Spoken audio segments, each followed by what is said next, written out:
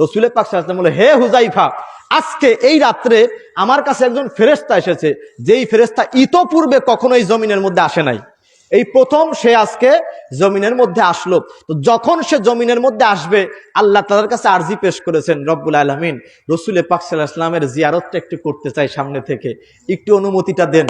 আল্লাহু আকবার পড়বেন না? ফেরেশতা যার যার দায়িত্বে সেই আছেন, আল্লাহর কাছে আরজি পেশ করতেছেন, আল্লাহ তোমার নবীকে দুনিয়াতে পাঠাইছো, একটা বার কি তার জিয়ারত করব না? আল্লাহ একটু সুযোগ দেন, সুযোগ দেন।